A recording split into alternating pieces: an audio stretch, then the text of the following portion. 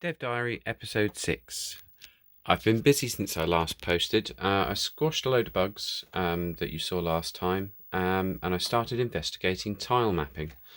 Now, there's a piece of software that comes with Blitzbasic called Red Map Editor 2.5. Comes with a support suite, rather, I should say. You can get it with Ultimate Blitzbasic, and it allows you to build levels out of 16 by 16 tiles, which is quite handy. The problem being, I found it quite tricky to get my sort of, I'll say, artwork in inverted commas, like cut up and put into the software, because if you just import an if file, an image, it will, it cut up the image for me, but it gave me 900 shapes, which crashed the shape manager. So I wound up writing my own Blitz program to just do a load of getter shape commands in a for loop to cut my stuff out for me. And then I managed to successfully build myself a little demo map. And then you go to generate source, and it saves some code out that you can just drop into your Blitz program. But I spent 3 days trying to get that code to actually work before I found the right tutorial to show me what I needed to add to the code that it spits out. I actually wasn't that far off loading the file into memory and then giving the memory address to the statement. I was just not quite going about it correctly, but I got there in the end. I'll just reset this 1 second. So finally I got tile mapping working, and I'm quite pleased with the results so far. The one downside being I'm pretty tight on chip memory now. You'll see, Amiga 1200, I've got basically 2 megs free because I've got FBlit installed to transfer anything unnecessary workbench wise into fast memory. But even, I'm gaining a new appreciation for people who could code big platform games and get them into 512K of chip mem, or 1 meg even. Yeah, this is butting up against 2 meg already, although I do have 2 rather large bitmaps on the go. 3, I suppose, because I've got 2 for the double buffering of the bit that you see, and then another one that you never see, that's the collision mask. So that's quite a big chunk of memory carved out just for those bitmaps, I suppose. But the idea with tile mapping is that I can now reuse a load of graphics and not have to, essentially load a level in as a big image that might have loads of graphics that were used in previous levels. I can just reuse those tiles over and over again without them taking up disk space. Doesn't help me with RAM, but does help me not have a game that comes on 16 floppies.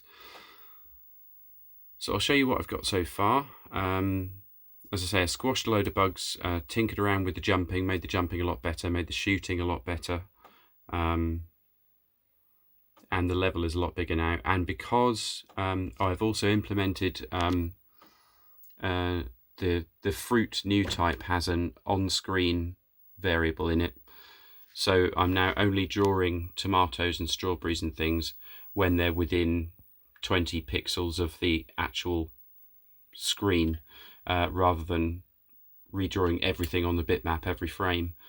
Consequently, I now have a lot more tomatoes than I used to, and I'm still running smoothly. Oh, that one needs a tweak to his numbers. He shouldn't be down there. Yeah, a lot more strawberries, a lot more new graphics. I've got vertical scrolling now. So you'll notice the copper rainbows don't move, which I thought it would look a bit rubbish, but I think it actually looks quite nice.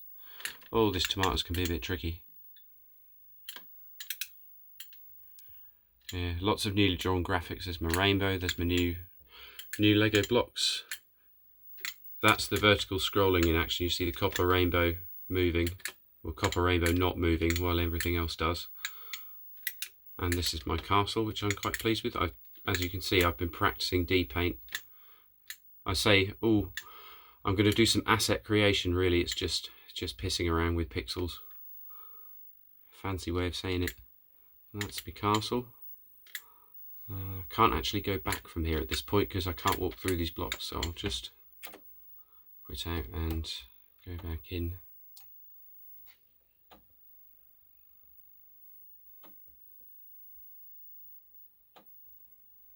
If I had the debugger running, you'd see that I go down to about 70k of chip mem free.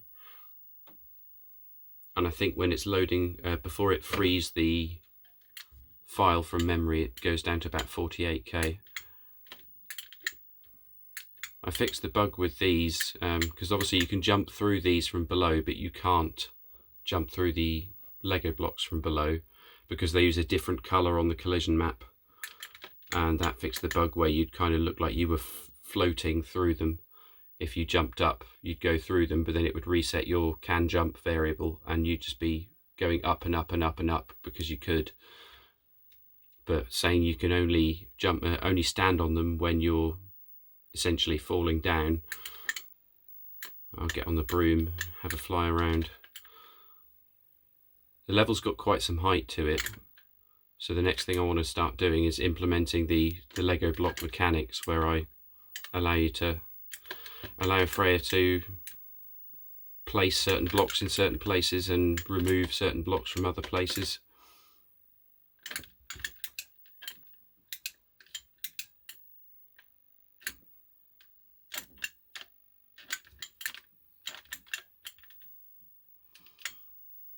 But yeah, that's what I'll be working on next.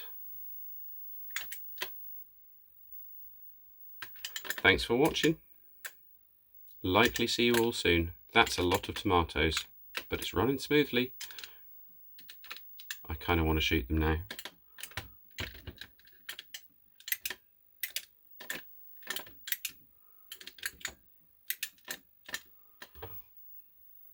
now. Bye all.